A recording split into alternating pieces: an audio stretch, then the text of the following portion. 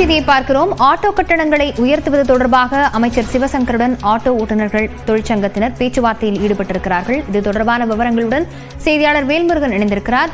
வேல்முருகன், என்னென்ன கோரிக்கைகளை ஆட்டோ ஓட்டுநர்கள் தொழிற்சங்கத்தினர் முன்வைக்கிறார்கள்? யாரெல்லாம் இந்த கூட்டத்தில் பங்கேற்றிருக்கிறாங்க?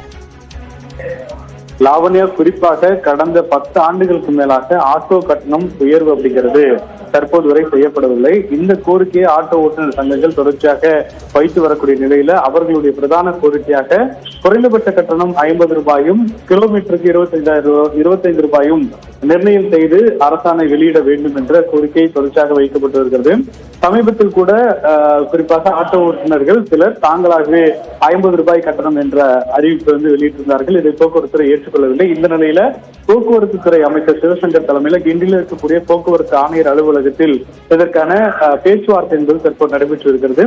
இந்த பேச்சுவார்த்தையில குறிப்பாக தோமுசா உள்ளிட்ட பல்வேறு சிஐடி உள்ளிட்ட பல்வேறு ஆட்டோ தொழிற்சங்கங்கள் பங்கேற்றிருக்கிறார்கள். இந்த பேச்சுவார்த்தையினுடைய நிறைவுல குறிப்பாக ஆட்டோ கட்டணம் உயர்வது குறித்தும் அதே போல ஓலா, ஊபர் போன்ற தனியார் நிறுவனங்களை போன்றவே அரசின் சார்பில் ஒரு ஆப் அப்ளிகேஷன் தயாரித்து அதை ஆட்டோ ஓட்டுநர்கள் பயன்படக்கூடிய வகையில் அவர்கள் நேரடியாக அந்த பணப்பலன்களை பெறக்கூடிய வகையில அமைக்க வேண்டும் என்று கோரிக்கை வைக்கிறார்கள். அந்த பேச்சுவார்த்தையானது நடைபெற்று இருக்கிறது. இன்னும் ஓரிரு மணி நேரங்களில் இந்த பேச்சுவார்த்தை நிறைவு பெற்று ஆட்டோ கட்டணம் புதிய கட்டணம் அறிவிக்கப்பட வாய்ப்பு இருக்கிறதா என்பது குறித்த அதிகாரப்பூர்வ அறிவிப்பை அமைச்சர் சிவசங்கர் வெளியிட இருக்கிறார். லாவண்யா, விவரங்களுக்கு நன்றி வேல்முருகன்.